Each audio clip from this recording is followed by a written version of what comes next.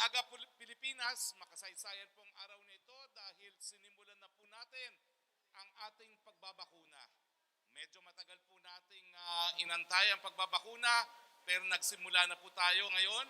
At ngayon po nandito tayo sa University of the Philippines, Philippine General Hospital. Ako po ay nagagalak na dito po sa ospital kung saan ako pinanganak. Dito po sinimulan ang National Vaccination Program ng administrasyon ni Presidente Duterte.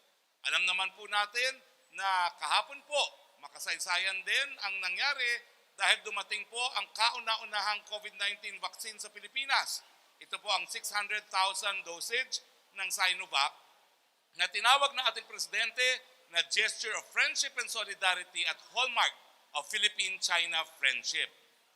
25 million doses po ang ating sinecure ng Sinovac vaccine at ito ay inaasahan natin na ma-roll out bago matapos ang taong 2021. Ilan sa mga nabakunahan ng Sinovac, ngayon po ay ang Presidente at Vice Presidente ng Indonesia, ang Presidente ng Turkey, ang Chief Executive ng Hong Kong at Deputy Prime Minister at Health Minister ng Thailand. Mahigit 5 milyong Turks o Turko na po ang nabakunahan ng Sinovac matapos silang magsimula ng kanilang mass vaccination program noong Enero ayon sa Turkey Health Ministry. Samantala, nasa 3.2 million sa Chile ang nabakunahan na ng Sinovac na nagsimula noong February 3. In fact, dumating sa Chile ang kanilang pang-apat na shipment ng Sinovac vaccine noong February 26. Sa Indonesia, nasa 1.6 million katao na po ang nakatanggap ng Sinovac vaccine simula noong January 13. Samantala, nagsimula na po kahapon ang mass vaccination sa Thailand gamit din po ang Sinovac matapos nitong matanggap ang the first 200,000 doses ng bakuna galing China. Tulad na ating sinabi, ang Deputy Prime Minister ang unang Thai na nabakunahan dahil ang kanilang punong ministro, bagaman gusto niya mabakunahan, ay nasa edad 76 or 66. Hindi pasok sa 18 to 59 age group na pwedeng makatanggap ng Sinovac vaccine. May pagkakahawig po sa atin, sabi nga po ng ating Presidente kahapon sa kanyang press con, senior citizen na siya, kaya Vice President Robredo, welcome po kayo magpapakuna ng Sinovac. Nitong weekend din, nung Sabado, natanggap naman ng Malaysia ang kanilang first batch ng Sinovac vaccines. Ganon din ang Singapore. Dumating ang first batch of Sinovac vaccine sa kanilang bansa noong February 23. At ang mga halimbawa ito ay nagpakita na halos magkakasunod lang ang dating ng bakuna. Kaya sa mga kritikong nagsasabing nahuli daw tayo ay research pa more imbis na pagkalat ng mga hindi totoong mga balita. Now, sa huling sumatotal po sa China, ang sabi po ng ating ambahador doon, mahigit na pong 50 million ang nabakunahan gamit po ang Sinovac at ang Sinopharm. Well, dito po nagtatapos ang ating presentasyon. Makakasama po natin ngayon sa makasaysayang araw nito, unang-una po muna, siyempre, ang ating vaccine czar, Secretary Carlito Galvez, na nabakunahan na rin po ngayon lamang. Kasama rin po natin ang direktor ng UPPGH, walang iba po kundi si Dr. Gap Legaspi, siya pong opisyal na kauna-unahang tao na nabakunahan sa ating official vaccination program. At kasama rin po natin dalawa pang doktor na nabakunahan din, Dr. Edsel Salvania at Dr. Mingita Padilla. Kasama rin po at katabi ko, siyempre yung sinasabi din ng kamukha ko daw, walang iba. Kung hindi, ang mayor ng siyudad ng Maynila, ang aking kahawig, walang iba kung hindi si Mayor Isko Moreno. Doon sa hindi naniniwalang hindi kami magkahawig, sorry na lang kayo, nasa akin ang mic. Sa magandang umaga Pilipinas, simulan po natin kay Vaccine czar.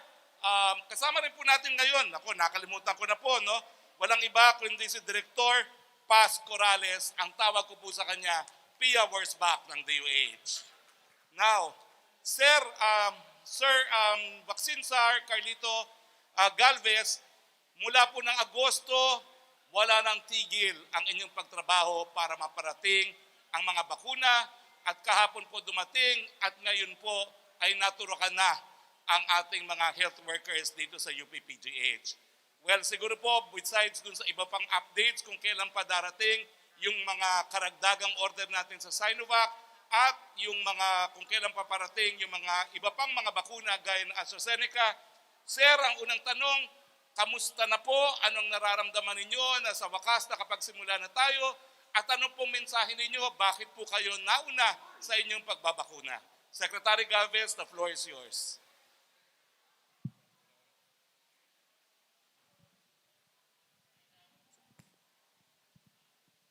Sir Harry, magpamainhin po, medyo ang ginawa ko po, pinauna ko muna po yung health workers. So, mamaya na lang po ako, last the line na lang po ako. At yun po ang ano po natin na mauna po sila. And then, ang mga balita po, nagpapasalamat po kami sa talaga sa bansang China dahil kasi talagang napakabilis ng kanilang reaksyon. At nandito rin po si Yusek Robert Borge, na tumulong po sa atin ng diplomatic channel. Kaya siya po ang nagpe-pressure na at least makaano po tayo ng bakuna. So palakpakan natin po si Yusek Borge. At napakaganda po ng ating diplomatic relationship with China. At after ng aming ceremony, binulungan ako ni Chinese ambassador, if you still have problem on vaccine, just tell us. Meaning talagang nandun ang assurance. At ang aming procurement ay magsisimula this coming March. Meron kaming nakalaan na 1 million procurement from Sinovac. At the same time, yung AstraZeneca, medyo na-delay lang po ng konti because of yung tinatawag nating global acute shortages. At saka meron tayong silang mga logistics challenges. So after this, meron pa po tayong dadating na mga bakuna. Ang ano po namin ay halos magsusunod-sunod na po yan. At pipilitin po namin na yung mga available na bakuna na makuha po natin ay maibigay po agad natin sa ating mga health workers. Ang pangako po namin, at least ngayong March, pipilitin po namin na matapos po yung health workers, lahat ng health workers nationwide. Ang pagkakasabi po ng ating mga Pangulo natin, ay sabi niya na wag lang i-concentrate sa isang area, kailangan lahat, walang maiiwan, walang iiwanan. So, geographically, sabi niya, bigyan din ng Visayas at saka Mindanao at ang lahat ng mga lugar ng mga apektado ng mga tinatawag nating ngayon na nagkakaroon tayo ng mga rise ng cases. So yun lang po at makakaasa po kayo, ang ating mga Pangulo ay lagi po tinitingnan ang sitwasyon po ngayon at sana yung ating nakita nating pagtaas ngayon, we are looking forward na yung ating mga LGUs na pinagtitiwalaan ng ating mahal na Presidente ay talagang ganap po na ginagampanan nila ang kanilang mga tungkulin at kami po nagpapasalamat. Nandito po si Mayor Yorme at ang lahat ng ating mga LGUs na ngayon ay talagang nasabik na magkaroon ng bakuna. Maraming salamat po. Oo. Sec Galvez, bago po natin ilipat ang mikropono, unang-una po, so linawin ko po, yung 1 million Sinovac darating ng buwan ng Marso at saka kailan po yung AstraZeneca na naantala? Ang ano po natin ay supposed to be ngayong first quarter, meron po tayong darating na almost 3 million. At panguna nga po yung 25,600 na sana yung po supposed to be darating ngayong araw. But because of some logistical issues, hindi po dumating. So ang inaasahan po natin sa COVAX na meron po tayong more or less 3.5 million na AstraZeneca. And hopefully, we hope yung understanding na talagang mahirap yung global supply and hopefully yung commitment ng COVAX ay kanila pong commit this coming first quarter. Sir, huling katanungan. Nag-text po sa akin si Vice Mayor Rama ng Cebu City at si Governor Gwen Garcia ng Cebu Province. Kailan daw po ang roll-out ng bakuna sa Visayas at saka sa Davao? Itatransport na po yung vaccine. Ang pagkakalam ko, this coming March 3 and 4, itatransport na nila doon sa Cebu. And then also, this coming March 5 and 6, itatransport naman nila doon sa Davao. So, ang gagawin nila is i-advance nila yung transport and then the following day, they will have a rollout doon sa Vicente Soto at saka sa Southern Philippines Medical Center. Maraming salamat, Vaccine Czar Carlito Galvez. Well, kasama rin po natin ngayon, walang iba, kung hindi ang alkalde ng siyudad ng Maynila kung saan nagsimula ang ating mga pagbabakuna. Mayor, ano pong mensahe ninyo sa mga taga Maynila at iba pa nating kababayang Pilipino na nag-aantay ng iba pang mga brands ng vaccine? Dapat ba hong mag-antay o dapat magpabakuna na? The floor is yours, Mayor Isko Moreno. Well, maraming salamat, Secretary Roque. Unang-una, nagpapasalamat kami sa Diyos.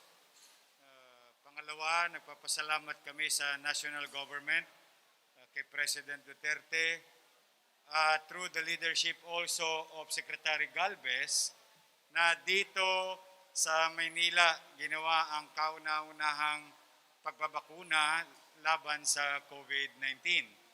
And natutuwa kami na ang PGH, which is the Center of Good Quality Public Health Care sa ating bansa, no?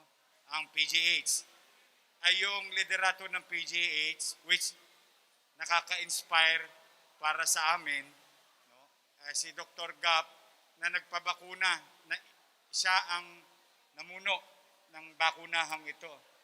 Now, I think this will help our fellow Manileños to decide later on, today or tomorrow, na si DG Domingo, si Gap, si Director Gap, no, si DG Domingo na Direktor ng FDA, na siyang nagsertipika at 10 ng kanyang mga kasama na profesional.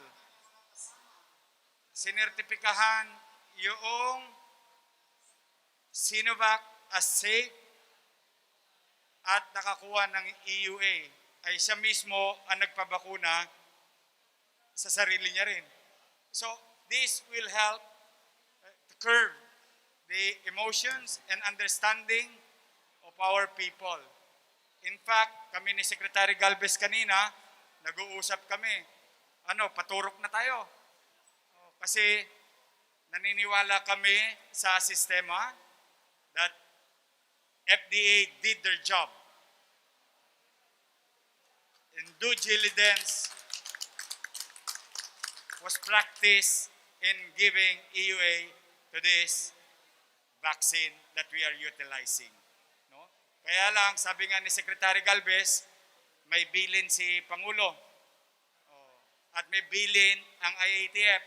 Unahin muna yung medical frontlines. Ngayon, sa mga hindi pa desidido na medical frontlines, papaalala ko lang, kulang ang supply, hindi ng Pilipinas, kundi ng buong mundo. Okay? Ng buong mundo. So, wag natin sayangin yung opportunity na hindi tayo mabukunahan at madagdagan ang ating panlaban ng ating katawan kung sakaling tayo ay ma-infeksyon. But then again, after the vaccination, please, nakikisuyo ako, wear your mask, continue to wear your mask, and practice minimum health protocol like physical distancing. Then, lastly, thank you very much to the Chinese government. Thank you for your kindness. Thank you for this vaccine. This is free of charge.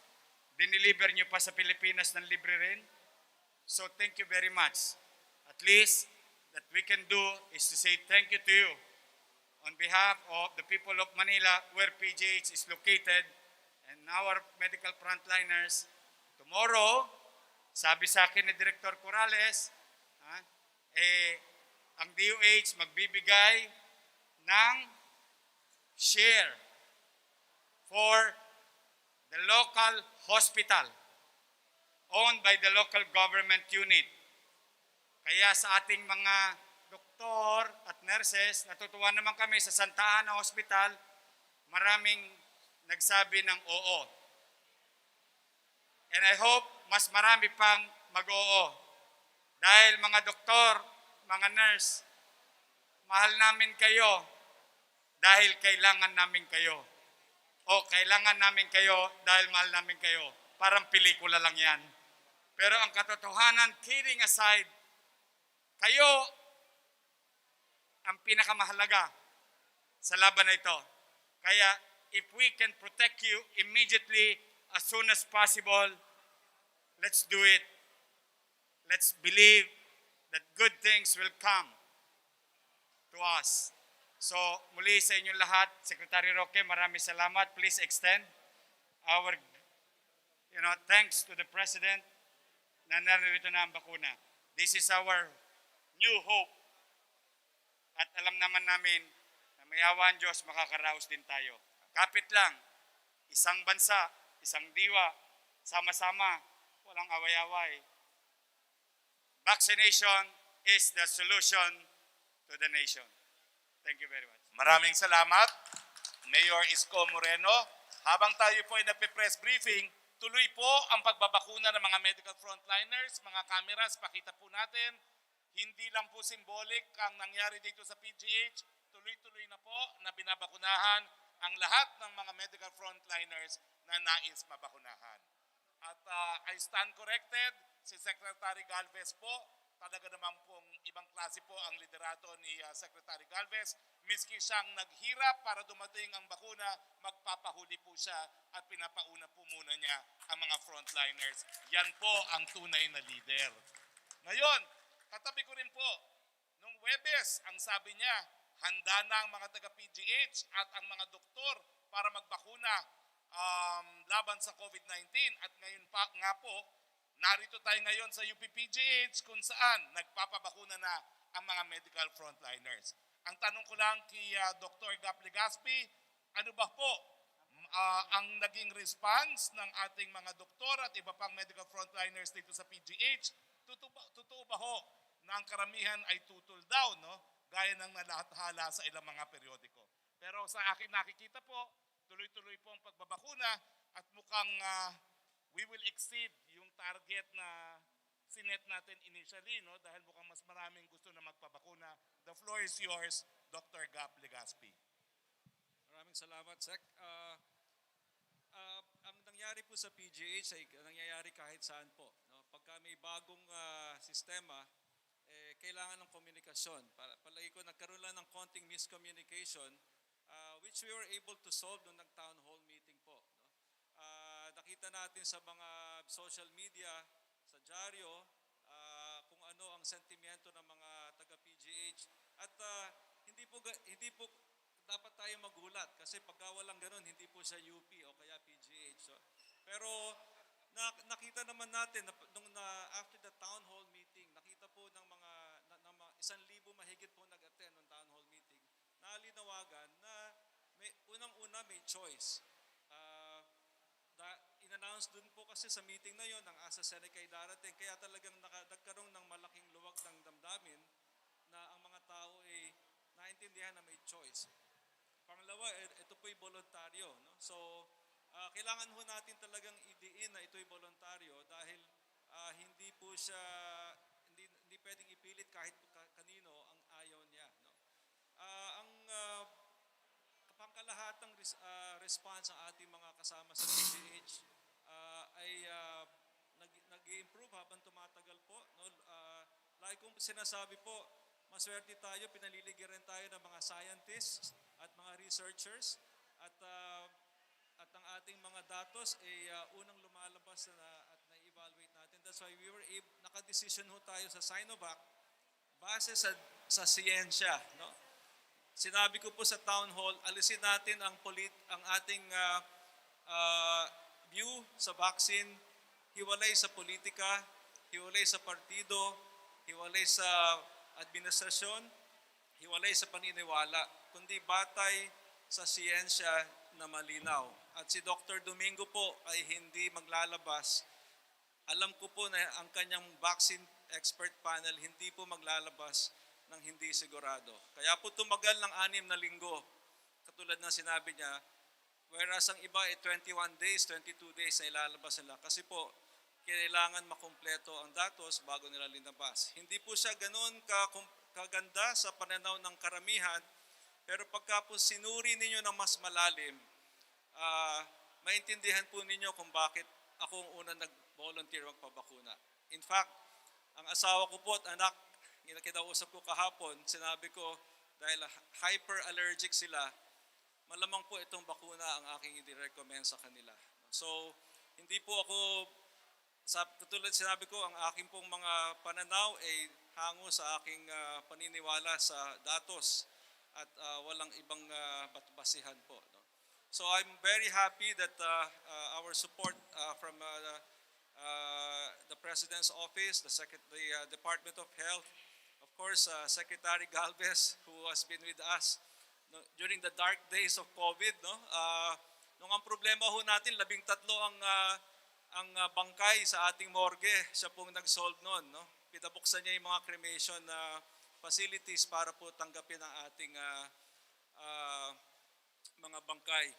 Noon pong ang ating mga healthcare workers ay hinaharas sa Padre Faura, tumawag po ako sa Office of the Mayor, wala pong 10 minuto may mga pulis na nandoon. So I think ang pinapatunayan lang po nito mula nung isang taon hanggang ngayon, that hindi po masosolve to ng parti-partido. This can only be solved by one nation, one government, whole of government approach. So kaya po malaking pasalamat ng PGH. At if I may, I would like to take this opportunity to thank the committees in charge of the Vaccine Committee of PGH,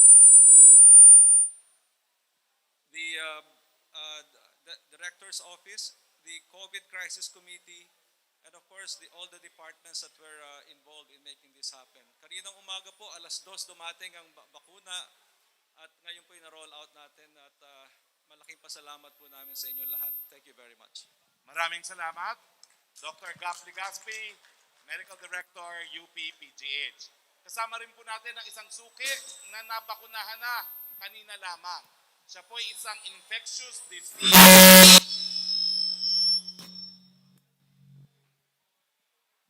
Siya po ay isang infectious disease specialist. At ang tanong ko, Doc, bakit kayo nagpabakuna? 50% di umano lang daw ang efficacy rate ng Sinovac.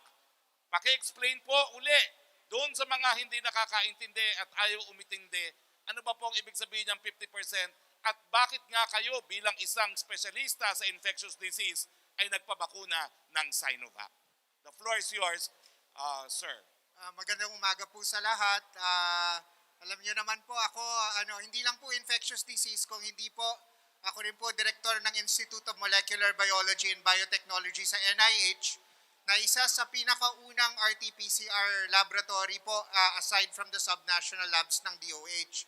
So from the diagnostics po until the therapeutics, nag-aalaga rin po ako ng mga pasyenteng may COVID-19. At yun nga po, sa pagbabakuna, pinag-aralan ko po yan lahat. Kasama po ako ng technical advisory group na may access rin po dun sa mga, even the confidential papers po. At sa pag-aaral po namin, itong Sinovac, yung 50.4% is the efficacy for mild. But it is 78% efficacious for moderate and 100% efficacious for severe COVID-19. Kung nakita niyo po yung presentation ko sa Congress, ang ginamit ko pong slide to compare is yung leon po, ginagawa nating kuting. In other words, we are turning COVID-19 from a deadly disease that has shut down our whole world into the common cold. Wala pong takot sa sipon. Marami pong takot sa COVID. Yun po ang gagawin natin. Tatanggalan natin ng pangil ang COVID para hindi na po siya nakakatakot. Ngayon, kung may mga ibang bakuna dumating na yung tinatawag na sterilizing immunity, mas maganda po talaga yon dahil hindi na po makakapag-transmit at all. Pero wala pa pong ganong bakuna sa ngayon. Lahat po ng bakuna ngayon, pantay-pantay for now, yung severe po talaga ang target. Kaya po to emergency use authority dahil may emergency po talaga tayo. Normally, ang bakuna, 1-year follow-up bago ilabas. Pero alam na po natin, yung impact ng ganitong bakuna will save lives. For example po, 2.5 million people na ang namatay sa COVID ngayon. Kung meron tayong bakunang ganito, katulad ng Sinovac, kung dineploy natin yan at the start of the pandemic, hindi po lalampas ng 1,000 yung namatay. Dahil almost 100% po yung severe. Can you imagine? Magkakasipon ng mga tao, pero walang mamamatay. Marami pa sana tayong mga kasama na buhay ngayon. Yun lang po talaga ang hinihingi ko sa inyo, na tanggapin po natin kung anong bakuna ang nandyan dahil ito po ay makakapagsalba ng buhay. 100% po sa severe. 50% sa inyo, magkakasipon. Pero yung 50% na hindi nagkakasipon, hindi na masyado makakatransmit. Dun sa 50% na magkakasipon, walang mamamatay. So, kung takot po talaga kayo sa sipon, hintayin nyo yung aabot ng 95%. Pero kung takot po talaga kayong mamatay, kunin niyo na to dahil baka mahawa pa kayo. So, ang sabi nga sa Amerika and everywhere else in the world, the best vaccine is the vaccine that is in your arm. So, nasa arm ko na po siya ngayon. At tuwang-tuwa po ako at nagpapasalamat po ako sa gobyerno, sa China, sa mga scientists na gumawa ng paraan para maisalba po tayo dito.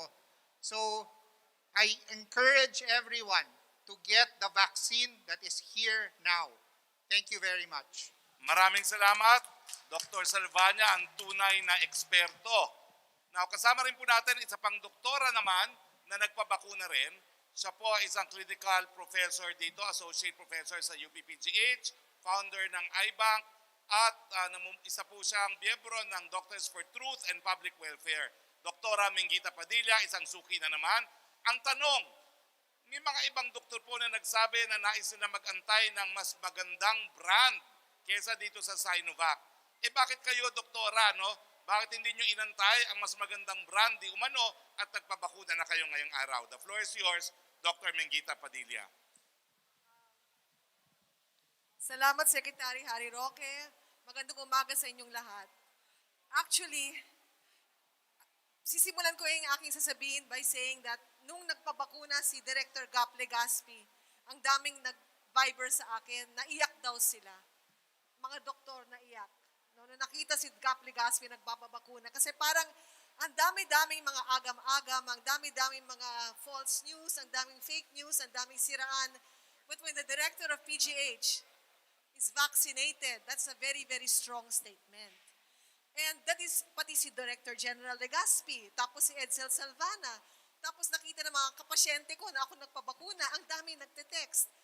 The reason why nagpabakuna ako today is because alam ko kahit anong gawing kampanya, kahit anong gawing convincing, kahit anong gawing gimmick, hindi magkakaroon ng panatag na loob, hindi magiging panatag loob ng taong bayan ng pagbakuna hanggat hindi nila nakikita na ang kanilang mga doktor na pinagkakatiwalaan ay nagpabakuna. That's very important. No matter what you do, it will not happen. You see now, I'm telling you, dadami ang magpapabakuna. Pati sa mga doktor at nurse, kasi nakita nagpabakuna kami. That's why I'm here. No? That's why I'm here today. Thank you. Now, you cannot blame some doctors for yung sabi nga ni Edsel, pero ulitin ko lang yung sinabi ni Edsel. The best vaccine is the vaccine now. Ako ay doktor sa mata. Ang dami kong pasyenteng may COVID kasi ang mga doktor sa mata, hindi ka ba pwede mag-virtual? Ang lapit namin, di ba? We spend a lot of time with the patient. Di bang beses na ako nagpa-swab? Ika nga ni Mayor Isko Moreno, maghintay ka ngayon, baka bukas nahawa ka na.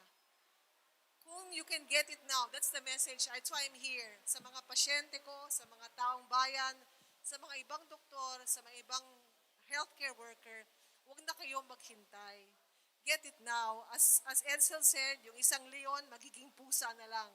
Ang isang matinding sakit, magiging sipon na lang.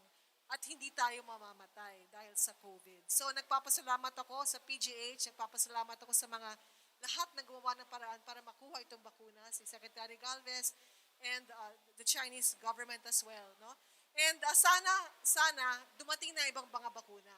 No? Pero in the meantime, whatever is here, magpabakuna na ho tayong lahat. Importante. importante ho sa ating lahat para mayakap na natin uli ang mga mahal natin sa buhay, makita na natin uli mga kaklase natin, we can go back to being close again with our loved ones. Thank you very much. Maraming salamat, Dr. Mengita Padilla. At alam mo, bago tayo magsimula ng open forum, kasama ko kasi dito yung talagang crush ng bayan na si Dr. Pascorales ng DOH. Habang nagpapabakuna po ang mga medical frontliners sa BGH, kasabay rin po nagpapabakuna ang mga medical frontliners sa Lung Center, sa Philippine Veterans Hospital, at saka sa Jose Rodriguez Hospital, at saka sa PNP Hospital. No? Siguro po maikling mensahe galing sa DOH, si Secretary Duque po nasa Lung Center, inaasahan din natin magpapabakuna, pero maikling mensahe po galing sa DOH, galing kay Director Dr. Paz Corrales. Thank you. Thank you very much, Secretary Roque. Sa DOH po, gaya po ng sinabi ng aming butihing Secretary of Health, si Secretary Duque, this is a Herculean, a gigantic task. And DOH cannot do it alone. We have to be all in one. Gaya po ng sinasabi ko parati sa aming mga code visit, we work as one, we heal as one, and we will bakuna as one. Magandang umaga po.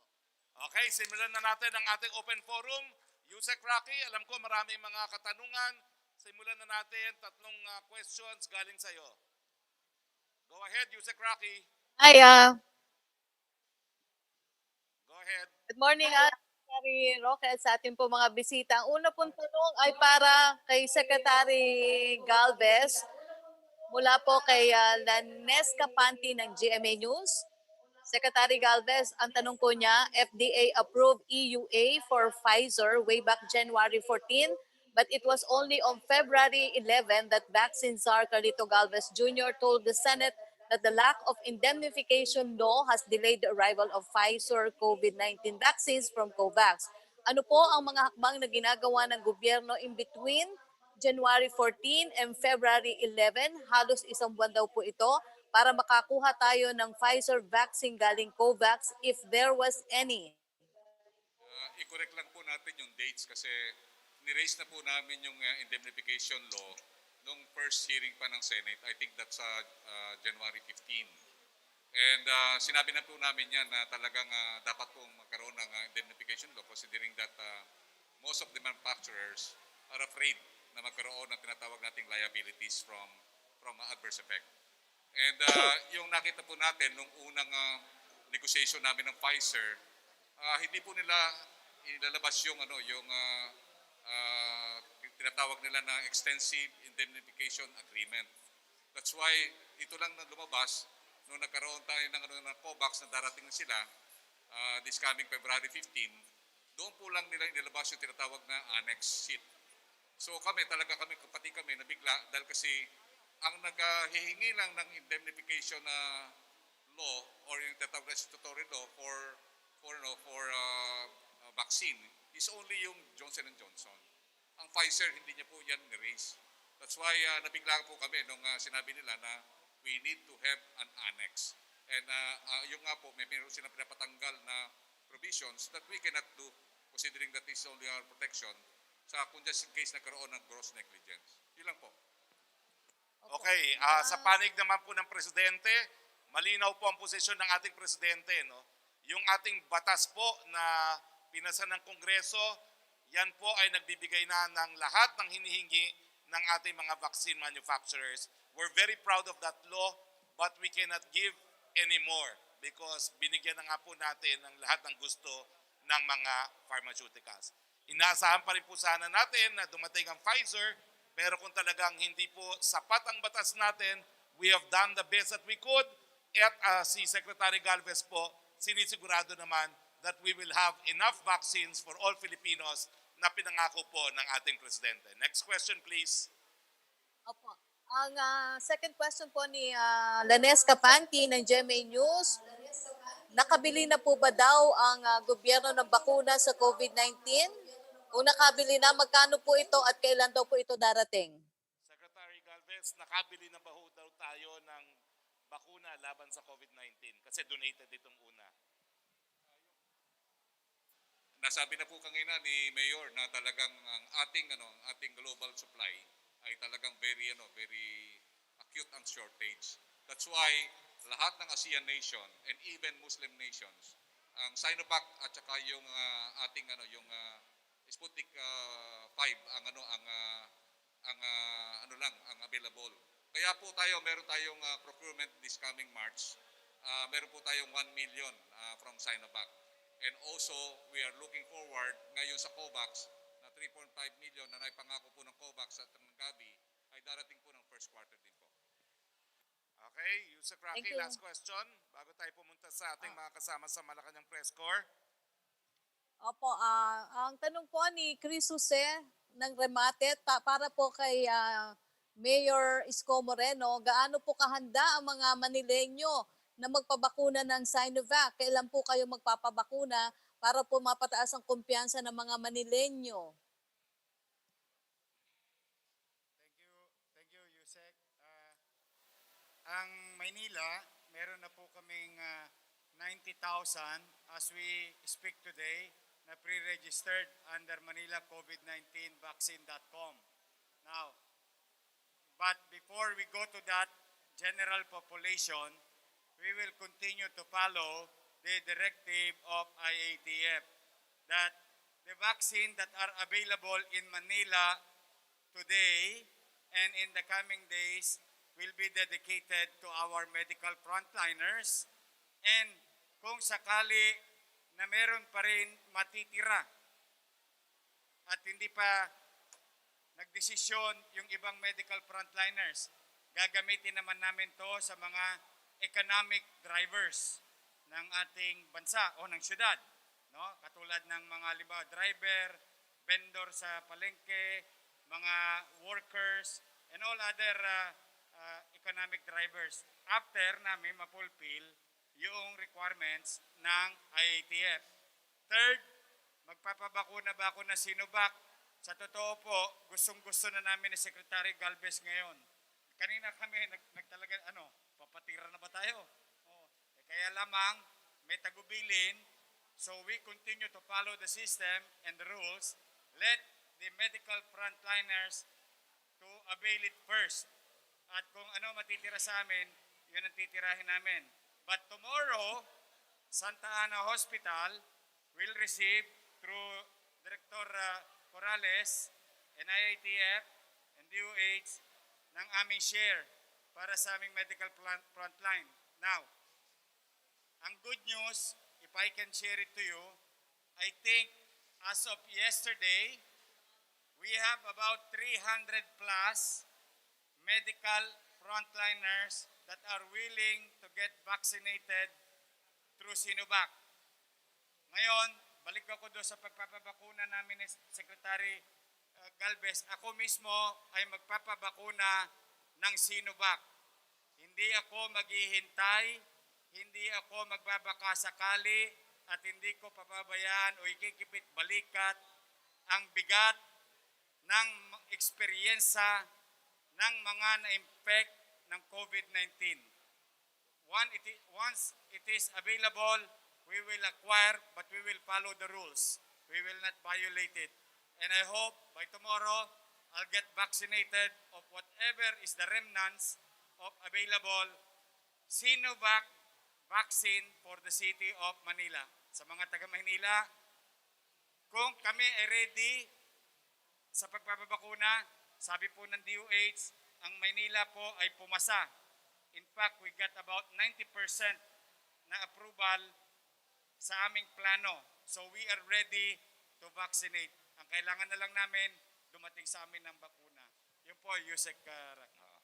Salamat, Mayor. Salamat, Yusek. Melo Acuña naman tayo, Asia Pacific Daily. Good morning, Mr. Secretary.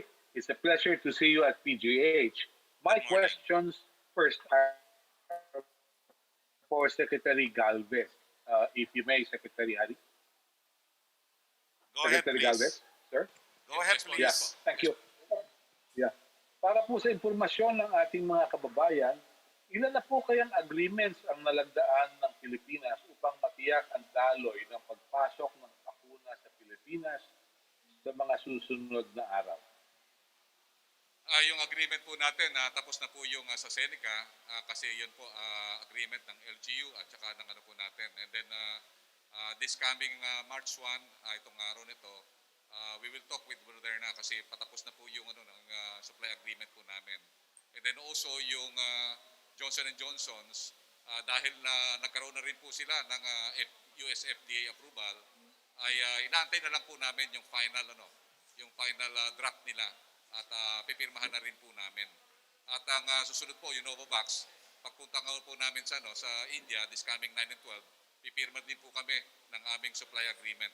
At baka magkakaroon po kami ng another supply agreement para naman doon sa Seneca at Covishield na bibilin ng gobyerno doon sa Serum Institute of India. So yun po ang ano po natin. And then iniintay din po natin yung ating FDA sa Gamaleya sa Sputnik V para at least yung ating tripartite agreement with the LGU magsimula na rin po. Sir Galvez, follow up lang. No? Salamat Sabi po. nyo darating within March din yung 1 million ng Sinovac. So ibig sabihin, napirmahan na rin po natin yung supply agreement with Sinovac. Yung ating tinatawag nating PO, may PO tayo ng 1 million. Ang ginagawa kasi natin, ang agreement ng Sinovac, yung per PO, ibig sabihin yung purchase order, yun po ang kanilang proseso eh. So yung purchase order ng 1 million, meron na po tayong pondo doon. Ang pondo po natin doon is 700 million. So once na napirmahan na po namin yun, dadating po ang 1 million this coming March po. In tranches po, nakita po natin yung 500,000 ay isang malaking eroplano po yun. So in 2 tranches po yun. So ibig sabihin, ang ating mga meron ng agreements, 17 million AstraZeneca, 25 million Sinovac, at inaayos pa natin yung sa Novavax, pagpunta nyo ng India, at malapit na rin po ang Johnson & Johnson. Yes, ang Johnson & Johnson's, actually yung supply officer nila ay naka-embed na po sa atin para po pag-aralan yung ating logistics system. And then halos lahat po yung lima na company na ating na negotiate, halos na po yun. Yung supply agreement parang ministerial na lang po yun kasi na-discuss na po lahat. Ang lang po, tinitingnan po kasi sa sinabi ko na sa una, hindi natin mapirmahan kung wala pa po talaga yung indicative date na po natin. Let us remember na yung yung pirmahan po namin ay talaga pong doon nakasalalay sa payment sa delivery. Yun po ang po natin. Sa ngayon po nakita natin dahil lang sa Seneca na delay dahil kasi nakita natin yung global shortages na doon talaga. Salamat. Yes, next question, Melo. Secretary Galvez. Yeah, Secretary Galvez, kung ganun po, is it safe to say na pwede na natin banggitin kung magkano ang halaga ng mga bakunang nalagdaan na natin sigun sa kontrata? Sa ngayon, hindi pa po natin masasabi po yung dahil kasi katulad po ng Novavax, wala pa tayong final price. It may go down to $2 or it may go down to less $1. Pero ang nakita po natin, halos yung mga presyo po nun, very affordable and decent price. So wala po problema. Nagano po ako sa ating mga kababayan na yung presyo po na nakuha po natin talaga napakaganda. Opo.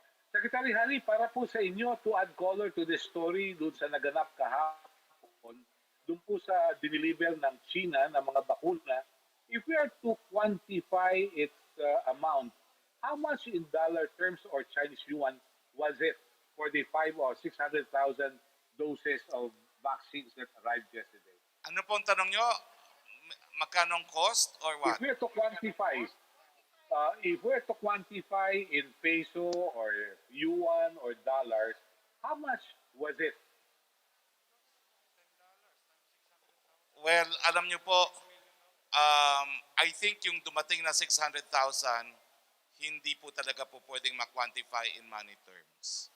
Ang importansya nung pagdating po niya, talagang gusto nang magbakuna ng mga Pilipino at nakita naman natin, nung sinabi nilang darating kahapon, dumating po kahapon.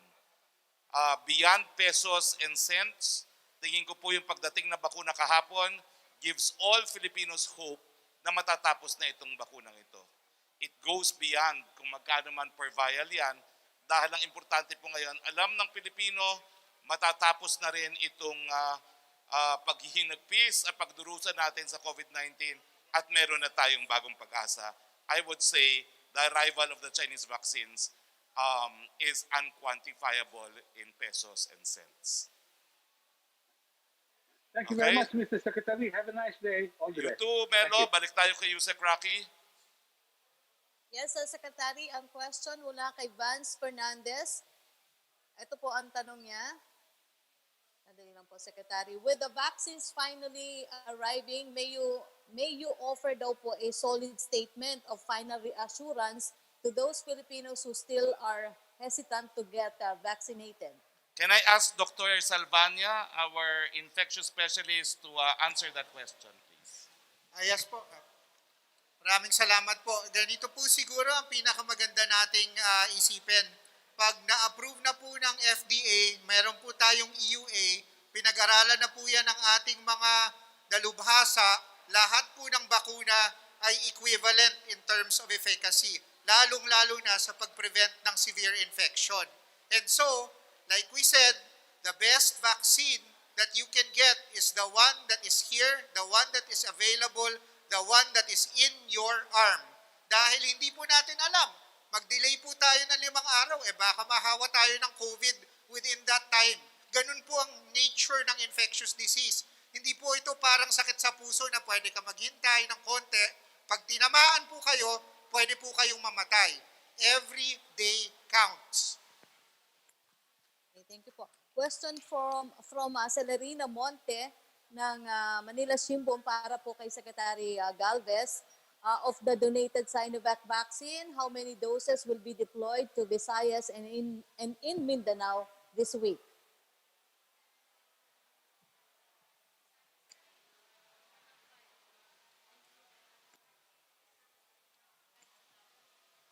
Yung sinabi ko po kanina na yung deployment po sa Mindanao at saka sa Visayas, March 3 ang Visayas at saka March 5 ang Davao. Uunahin po doon ang Vicente Soto, mahigit na mga 1,000 po yung tauhan niya at saka po yung yung ating Southern Philippines Medical Center. At kung meron pa pong sobra, bibigay na rin po natin yung mga ibang regions dito sa Region 3, Region 4A, and also Baguio City, and then also other areas na tinamaan ng ating COVID-19. At nakikita po namin equitable po yung magiging distribution po nito. Hindi lang po tayo Metro Manila, pati po tayo Visayas and Mindanao po. Thank you po. Okay, thank you very much. Punta naman po tayo kay Pia Ranada.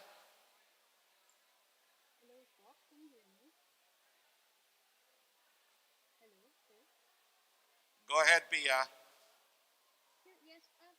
Wala kang audio, Pia. Wala kang audio.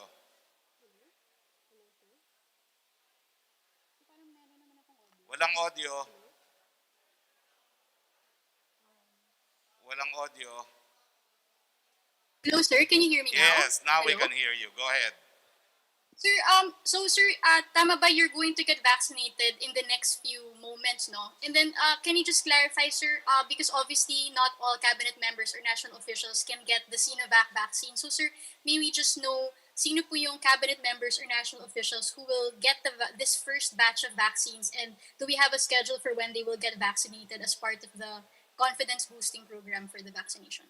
Ang alam ko po, si Secretary Duque, si Secretary Galvez, although as I said, he opted na mauna muna yung mga frontliners.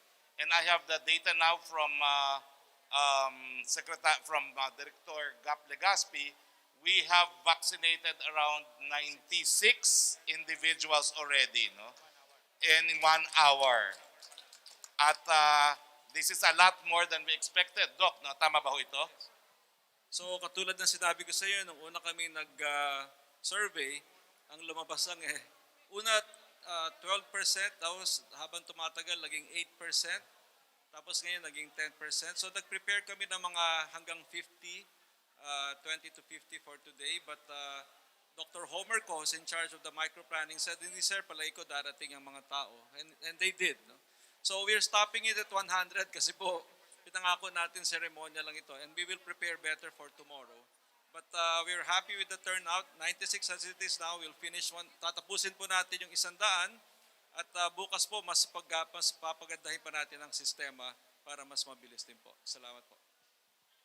Si Secretary Vince Dizon sa Jose Rodriguez Hospital ay tapos nang mabakunahan at ako po willing ako mapabakunahan, kaya lang gaya ng sinabi ni Dr. Gap Legaspi, ubus na yung 100 nila for the day, no? So we will have to come back on another day. Next question, Pia. Okay, sir, I also noticed, sir, in Vaccines Are Galvez's list, no, sir, wala po tayong parang date for Pfizer naman, sir. Can we just get an update on the Pfizer order? Where are we there, and do we have a date for its arrival? Yung sa Pfizer order natin na ongoing pa rin yung negotiation, sila naman ang hinihintay natin kasi matagal na tayong nagsabi na ito yun na yung indemnification agreement namin. And then sila talaga ang hinihintay na sa kanilang bola. And then with the enactment of the law na at least nagkakaroon ng tinatawag nating conditional immunity doon sa ating mga vaccine, considering na meron tayong EUA na sinasabi natin na ito emergency utilization authorization pa lang, ay talagang sinasabi natin sa Pfizer na they are fully immune on any litigations because the government will take care of the indemnifications of those people who will have yung adverse effect. So sa ngayon, nakikita natin, para hindi naman magano yung mga tao, nakita natin na talaga yung supply ng Pfizer ay talagang in demand.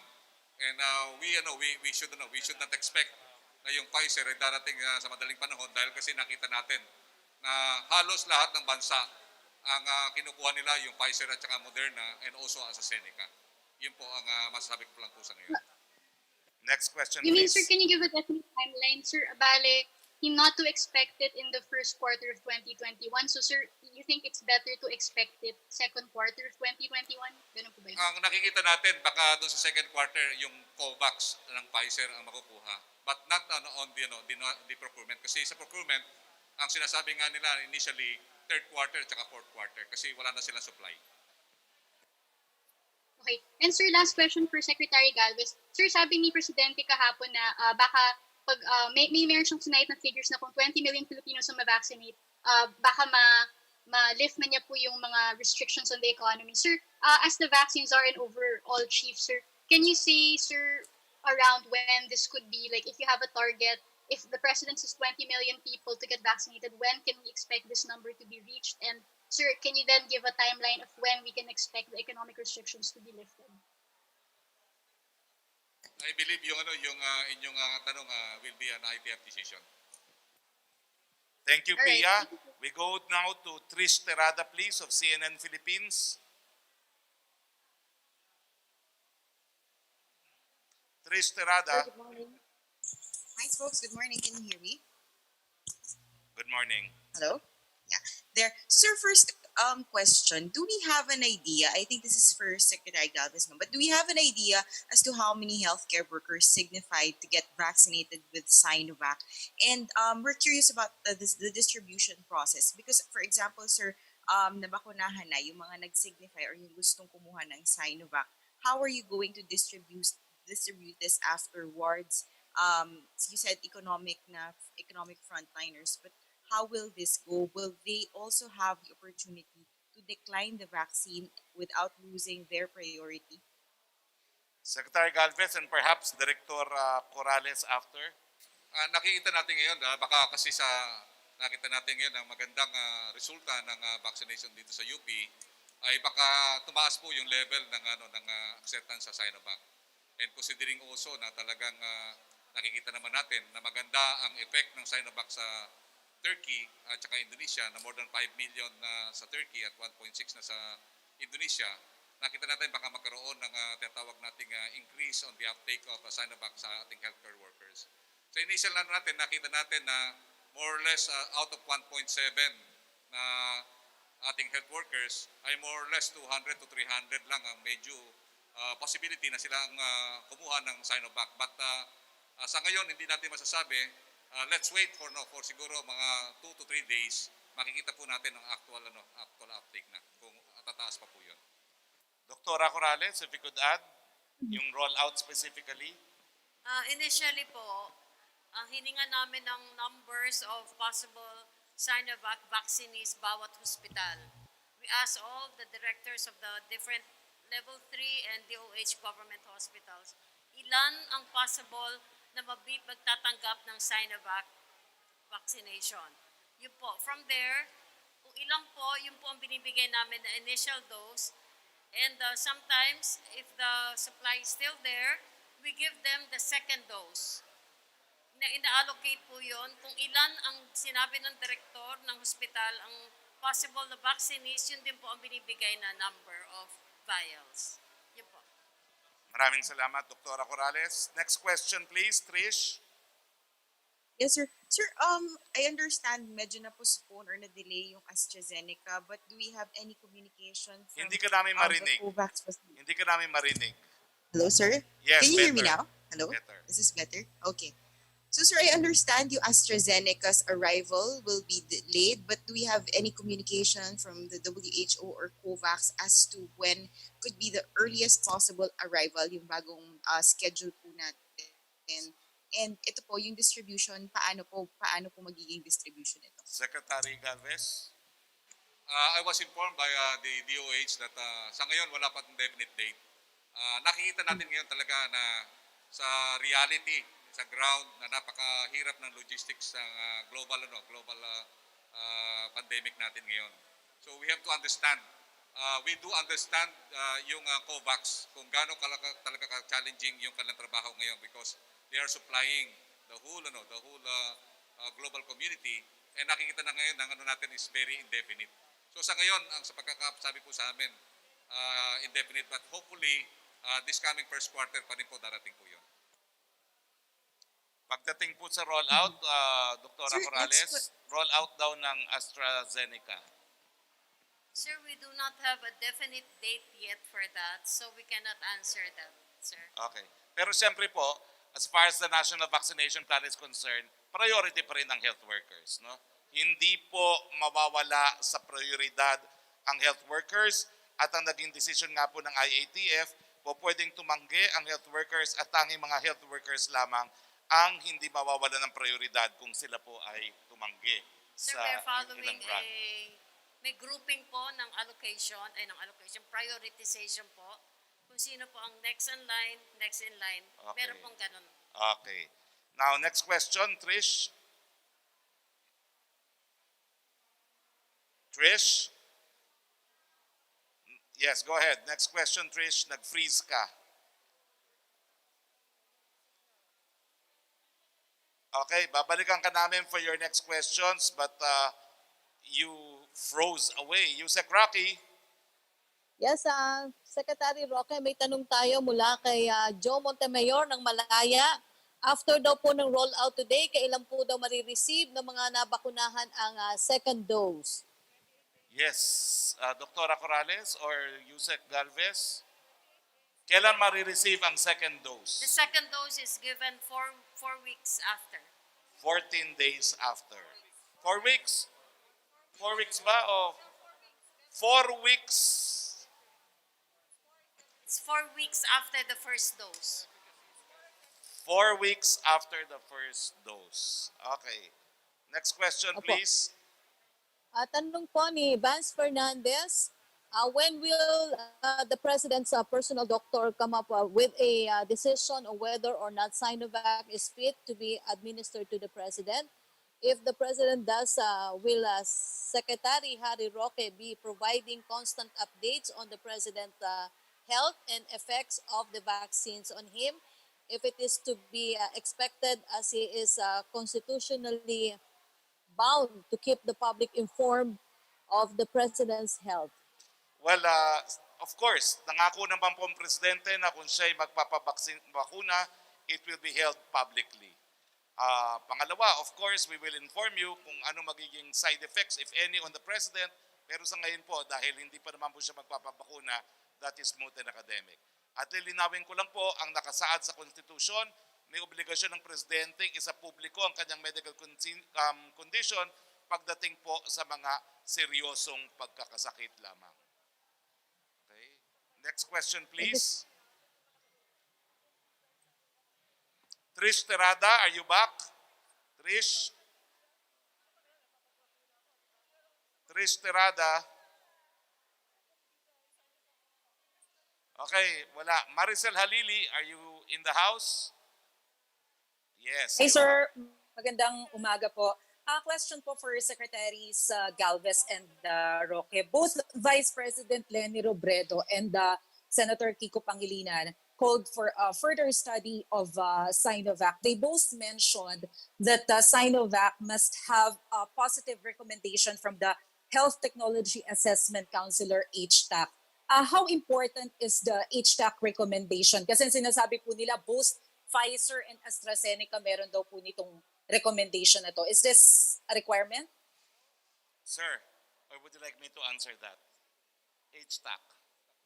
Okay, Maricel, I will answer that as the primary author of the Universal Healthcare Law. And we included that, and I remember the discussions in Congress, in the 17th Congress on HTAC. HTAC was never intended to have the same function as the Food and Drug Administration. Pagdating po sa issue ng ligtas at epektibo, yung decision po ng FDA remains. Bakit ba po kami nag-provide ng provision yan doon sa panukalang batas? Kasi importante po na masala natin kung ano yung essential services na ibibigay natin sa taong bayan na libre, ano yung non-essential na mga services at gamot. Hindi po natin ginawang intensyon sa batas na yan na maghuhusga ang HTAG sa naging naunang husga na ng FDA. At ipaglalaban ko po yan dahil ako naman po ang nagsulong ng Universal Healthcare Law. So tama po, nakasaad po doon, meron silang rekomendasyon kung bibilin gamit ang pondo ng taong bayan. But the decision is still the decision of the Secretary of Health. Okay? I hope that is clear. At dahil ako naman po ang nagsulong niyan sa mababang kapulungan sa Kongreso at nauna kami sa mababang kapulungan ng 1 taon o 2 taon bago naipasa ng Senado yung version nila, siguro naman po, you can give me some credit na I know what I speak of. Dahil naging controversial din po itong HTAC provision sa committee hearing sa Kongreso.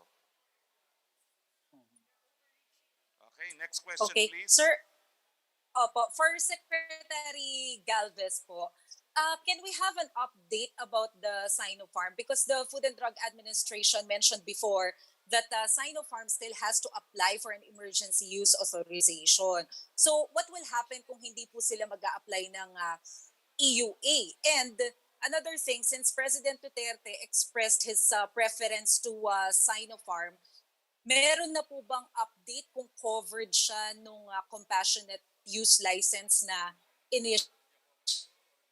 Ayun yung, okay. Okay, ganito po, no? Wala pa pong application ang Sinopharm. Although we have asked our embassy to facilitate the registration of Sinopharm, no, for purposes of an EUA. Patuloy pa rin pong pinag-aaralan ng Legal Department ng Palasyo yung issue if the President as Commander-in-Chief of the Armed Forces can have Sinopharm under compassionate use. Wala pa pong resulta ang pag-aaral and we will announce it kapag meron na pong resulta. Last question na lang po sir, follow-up lang po dun sa Pfizer. Following the passage of the Vaccination Act, does it mean that Pfizer is still demanding for a full blanket protection? What will happen if hindi sila nag-agree dun sa pinropose natin na indemnity agreement? What will be our fallback? Secretary Galvez? Meron pa naman tayong solusyon doon. Kasi katulad ngayon, mayroong sulat ang WHO kay CEO Borla na kailangan lang yung tinatawag na yung COVAX indemnity agreement plus yung side letter ay pirmahan po namin yon. Sa ngayon po pinag-aaralan po ng ating mga lawyers, and I believe pwede naman po mapirmahan yon. So yung isang nakatawag natin na remedy is to have that side letter. Once na we agreed on that side letter to be signed, it can be Pfizer can deliver. And also Pfizer, the Pfizer CEO Mr. Borla have promised that their commitment on COVAX that they will deliver the promised dosage that they have, yung 117,000. Okay. All right, maraming salamat po. Ang next question will come from Tris Tirada dahil naputol siya kanina. Hello, folks. Ito, better. Go ahead. Can you hear me now? Yeah. Alright. Sir, habol ko lang yung question, no? Kasi this is technically the first legally administered vaccine. So what would happen, sir, doon sa mga nag-ship and got them illegally? Will the government be running after them? Well, I don't know, quite frankly, no. But a compassionate use permit has been issued to Sinopharm, and in law, there could be instances where we ratify, no, acts earlier done because of subsequent acts. But my initial legal opinion is it may have the effect of ratifying what had happened earlier, but I could be wrong, and that's my personal legal opinion. Sir, but what I mean is for example, for civilians who were able to ship it illegally or I don't know, through some other way. So how will the government address that? Will the government still be running after them? Garbold, can you repeat your question? Garbold. I was meaning, sir, for the civilians. For example, civilians who were able, or ordinary citizens who were able to get the vaccines illegally, who were able to ship them illegally or administer them illegally, will the government be running after them? Because, sir, I'm asking that because paano na po ba yung magiging policy? If, for example, an individual has a capacity to bring in a certain number of doses for his or her family or for whoever, huhulihin po ba sila? Will the government be running after them as well? My personal legal opinion, this is not yet the official legal opinion, but because I'm being asked as a lawyer, is that the effect of ratification will extend to all vaccines procured by the PSG only. Okay? Yes, Joseph, okay na tayo, Trish, no? I move on to Joseph Sir, one Morong very now. short. May address po ba si Pangulo later, sir? Ano? Ano daw? May address po ba si Pangulo? Okay, we will have May address po ba si a Pangulo meeting with later? the President tonight, and yes, he will have his Monday talk to the people tonight. Joseph Morong, please. Okay, thank you, sir. Okay, that will be briefing number 654 for us today, sir. Good morning, sir. How are you? Good morning. Sir, can I go first to Secretary Galvez? Of course, please do. Secretary Galvez, how are you doing? Garbold. Sir, hello. Good afternoon, sir. Sir, can you hear me? Can you hear me now, sir? Sorry. Yes, Joseph. Yeah, sir, how are you doing? Nakakahinga na ba kayo ng maluwag, sir?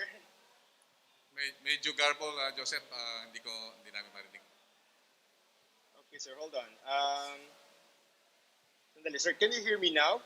Yeah, better. Ayan, sir. Sir, kumusta ka? Nakakahinga na po ba kayo ng maluwag, sir, ngayon? Alam mo yung once na dumating yung vaccine kahapon, I think we all feel very relieved. I'm become very emotional dahil na talagang first vaccine na dumating.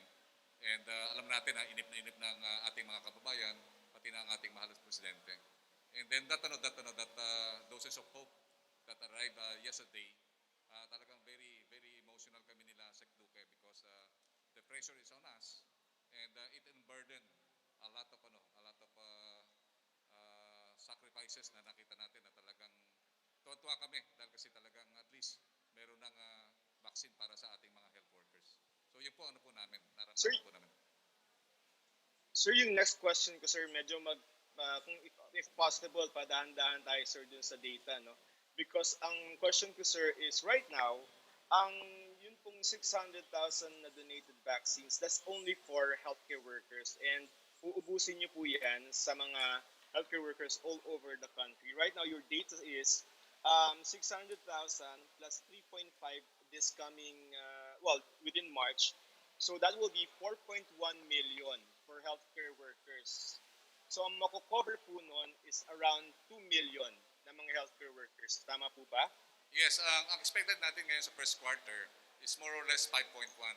Kasama dito yung 600,000 plus yung more or less 3.5 million from COVAX at another 1 million for our procurement with Sinovac. Ang pinaka-main objective natin talaga yun is to preserve the institution of the healthcare workers at saka yung mga hospitals natin. And at the same time, yung mga tinatawag nating mga government institutions will be preserved.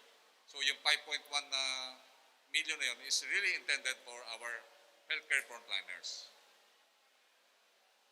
So that will be, sir, around 2.5 million healthcare workers. Ang data niyo po is ang meron tayo na 1.7 million lang na health workers. So may sobra, sir, no? Yes, kasama doon yung tinatawag natin mga government essential workers. Kasama po doon, nakita natin yung mga ating mga barangay emergency response teams and also yung mga local government agencies na talaga nakita natin na pumupunta doon sa iba't ibang mga lugar ng mga affected areas. Ang nga namin doon, ang recommendation namin, after the healthcare workers, ay isasama po natin yung mga influencers natin, yung mga mayors, yung mga barangay captains, kasi nakita namin talaga sa baba. Pagka once na ang ating mga leader ang nagpabakuna, susunod na yan. Sa military pa nga, sa infantry, follow me. Ang ibig sabihin, pagka nagpabakuna ang mga leader, they will follow. Okay, next question, Joseph. Wala nang question, Joseph? Okay. Yes, sir. Sir, for the mga ordinary individuals, meron pa, sir, meron pa. Sir, meron pa. Ang garbled ka eh. Garbled ka. Sir, can I just go back and then fix this Sky internet, sir? Okay, punta muna kami kay Pia Gutierrez, okay, para maayos. But you have 2 more questions. Okay, sir. Yes, Pia Yes, sir. Gutierrez of ABS-CBN, Hi, sir. Good please. afternoon. Go ahead, please. Hi, sir. Good afternoon. Sir, question po kay Secretary Galvez. Sir, follow-up po yung sa question ni Pia dun sa pronouncement ni President Duterte that he will remove restrictions once the Philippines gets an ample supply of vaccines. He said that's around 20 to 40 million. Could you give us an estimate, sir, when do we expect to hit this number of vaccines based on our schedule? Nakikita po natin sa ating schedule, sa first quarter is magkakaroon tayo ng 5.1 million.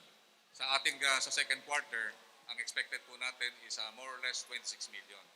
And then yung main bulk ng ating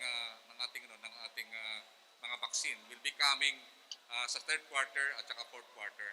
So more or less, meron tayo na mga 50 to 60 million each sa third quarter and fourth quarter. Nakikita ko yung sinasabi ng ating mahal na presidente. Sabi niya nung una, basta meron tayong 2 million na naka-standby na iyon hindi na parang nauubos, ibig sabihin na susustain natin yon. Pwede na tayong magbitiw ng tinatawag nating face-to-face at saka magluwag sa MGCQ. Yung 40 million, I believe, baka nagkamali lang siya. Pero ang unang narinig ko, basta meron standby tayo ng 2 million at iyon, masustain natin yon, I can already open the economy. Sir, that's for the entire Philippines, not just NCR. Yes, kaya nga namin, nag-usap kami kaagad ng Department of Finance, ng aming mga negotiator. Let's maintain na magkaroon tayo ng meron tayong tinatawag na standby stockpile na more than 2 million and above.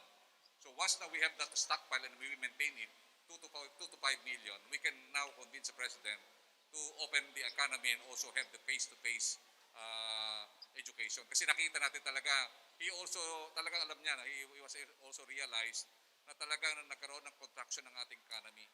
But alam natin, ang ating mahal na Presidente, ang nakikita niya, he is also sympathizing with the mayors na sa kanya kasi buhay muna bago ekonomiya. Kasi sabi niya sa amin, madalas kami nag-uusap na yung pera at saka yung ekonomiya mag-recover natin anytime. But he support our experts, medical experts, na yung buhay hindi na natin maibabalik yan. What is lost, forever lost. So yun ang inano niya. So let's hope na this coming second quarter ay tataas po ang level ng stockpile po natin. So possible, sir, second quarter. Possible po second quarter po, mga mid-second quarter. At nakikita natin pagka once na sa May, dumating na yung AstraZeneca, yung nabili natin, and also yung Novavax, and also most likely kung yung promise ng COVAX dumating, yung more than 6.5 million, this coming second quarter, ay medyo tataas po yun na mga more or less 10 million po ang ating stockpile this coming second quarter. Sir, follow up, he also said that he expects the Philippines to get back to normal by 2023. So what conditions are that dependent on, sir? Ano daw yung mga kondisyones para bumalik ang Pilipinas sa normal? Dahil ang sabi ni Presidente, 2023 pa tayo babalik sa normal.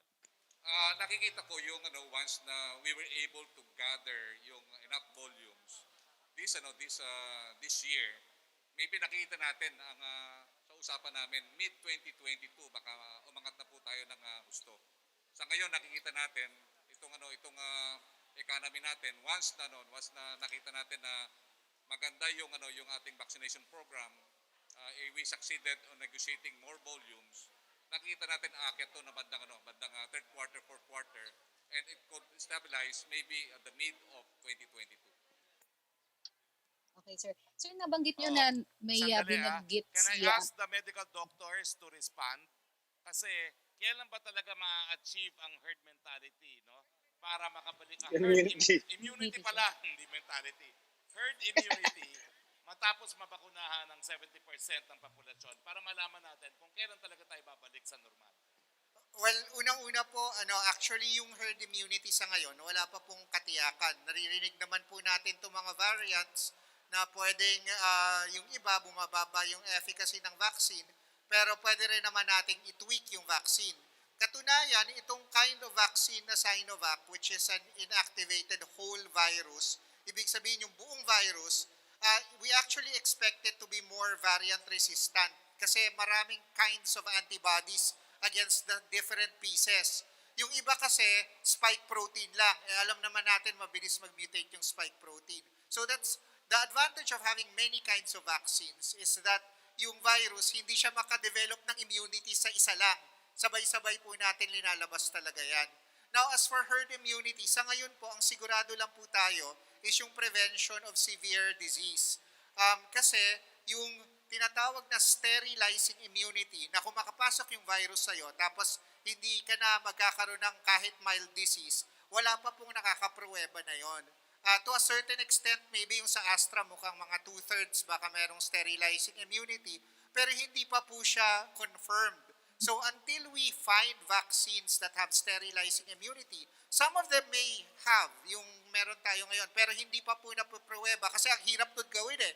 You have to swab everybody every single week as opposed to isa-swab mo lang yung nagkakasakit. So yung immediate goal ng EUAs po talaga is to target the most at risk. Sino po yun? Tayong mga healthcare workers at yung mga seniors po natin and yung mga comorbids. Kung yun pa lang po mabakunahan na natin, protektado na po sila, more than 90% po ang bagsak ng severe at nakakamatay na disease. Kita nyo naman sa Israel, bagsak na po talaga yung cases nila after they've gotten the vaccination. And that is with Pfizer, and that is without confirmed herd immunity, pero binakunahan mo pa lang, as a function of it, babagsak ang ating deaths by more than 90%. Pero, Doc, yung sinabi ni Presidente na 2023, we're back to normal. If we are able to vaccinate 50 to 70% in 2021, feasible ba ho yun based on science? Sa akin, sir, actually, kung mabakuna lang natin yung mga high-risk population, parang sipon na lang to eh. So, siguro magmamask pa rin tayo kahit papano. It's what I call a better normal. But, I don't really want to go back to that old normal rin eh. Kasi di ba napaka-wasteful at hindi rin po tayo, lalo na yung mga ginagawa rin natin eh, we're taking so many things for granted. So, ngayon po, sa akin, hindi naman siya babalik dun sa kagaya ng dati ever. I hope not, in fact. But in terms of being able to travel other places and get our economy going, sa akin, as long as we vaccinate most of our high-risk populations, itong COVID hindi na siya nakakatakot. Magiging sipon na lang po siya. Okay, I have breaking news po. Breaking news. Hindi ko po alam kung tapos na, but Sinopharm will apply for EUA. Hindi ko lang po alam kung na-file na, but definitely it will file within the day. Ulitin ko po, Sinopharm will be filing for EUA. Kung hindi po na-file na as we speak, it will be filed within the day. Okay, next question please. Okay, sir. Sir, follow up on that, sir. So, ibig sabihin, kapag na-aprubahan na po yung EUA, hindi na po itutuloy yung pag-aaral kung isasama si President Duterte dun sa compassionate use license na binigay sa Sinopharm? Well, alam niyo po, it will take around 21 days more or less for the FDA to act on the application that will be filed today or that has been filed today. So, 21 days po yun. No? So, hindi ko po alam when the legal opinion of the Malacanang Legal Office will come out on whether or not he can have his shot under the compassionate use. So whichever comes first. Sir, Joseph Morong, please. question po Dahil may for utang you, tayong sir. tanong ni Joseph Morong. Okay na tayo, Maricel, no? Thank you very much. We go back to Joseph Morong. Sir, that was Pia's. Sir, meron pa yata siyang Ay, tanong. Sige, Pia nabigyan pala. mo na kay Pia Sorry, yung isa. Pia, ha? That was Pia. Okay, Joseph. Sir, may pending question si Pia. Okay. Sir, Okay, ito let's na go lang. to Pia. One more question, sir. This is not connected to vaccines, but Vice Hindi po President Lenny marinig. Robredo criticized the President's decision. Hello, sir? Hindi po marinig. Hindi ko po Hello, sir. marinig. Hello. Hindi marinig ang question. Hi, sir. Yes, go ahead. Very good. Okay, sir. Sir, ito po, Vice President Lenny Robredo criticized the President's decision to make November 2, December 24, and the last day of the year as a regular working days. Sabi niya, this would mean lower income for workers and fewer time for their families. Could you explain to us the rationale behind that decision? Meron po bang study na pinagbasehan ng Pangulo na these 3 days would make an impact in our economic recovery? Okay, ang tanong ni Pia tungkol po dun sa regular working, no? Pero hindi naman siya regular, it's called special working. At if Okay, I sir. understand what special working is, baka po, baka po half day ang ibig sabihin yon, kaya special working day. Well, ang rational naman po dyan, dahil nga po sa COVID-19, talagang ang dami na natin mga pagkakataon na hindi nakapasok ang ating mga manggagawa. At siguro ngayong nandito na yung bakuna, kinakailangan tayo kahit papaano makarecover ng lost time. No? Now, dun po sa aking anunsyo sa Sinopharm, I stand corrected. It has been filed. They have already filed with the FDA an application for EUA for Sinopharm vaccine na i-file na po. Okay, Joseph Morong, please. Hold on, sir. Hi, sir. Sir, I'll go back to Secretary Galvez. Secretary Galvez, please. Yes, Joseph.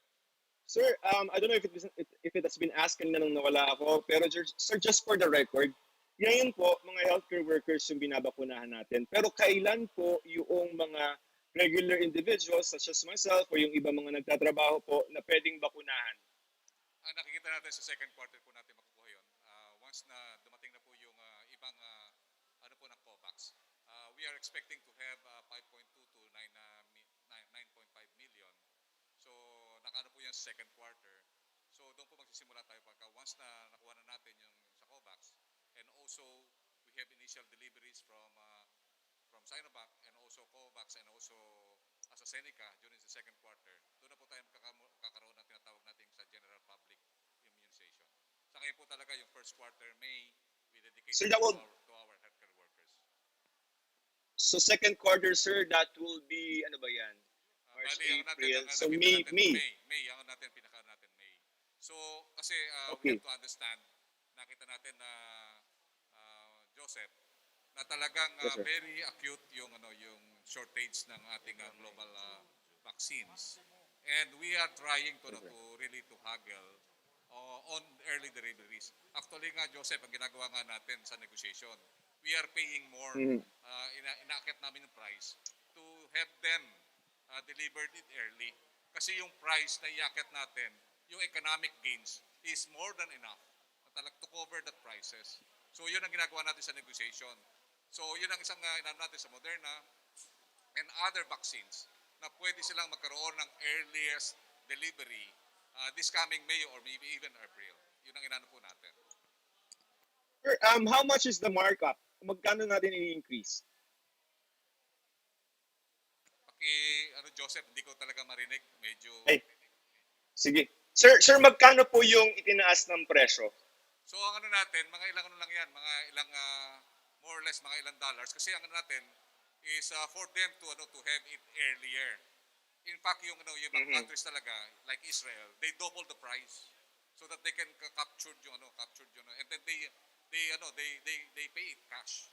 So ganun ang labanan sa global market.